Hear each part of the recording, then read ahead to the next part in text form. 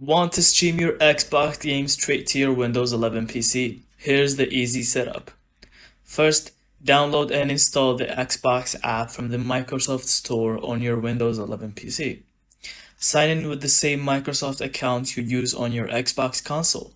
On your Xbox, go to Settings and then Devices and Connections, and then Remote Features, and check Enable Remote Features.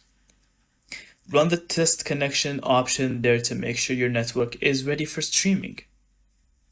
Now, open the Xbox app on your PC, click the console icon on the left, and hit Remote Play on this device. Connect your Xbox controller via USB or Bluetooth to your PC for smooth gameplay. And that's it. Your Xbox games will stream directly to your Windows 11 PC. No extra hardware needed. Thank you so much for watching. I hope you found this video helpful, and don't forget to leave us your thoughts in the comments.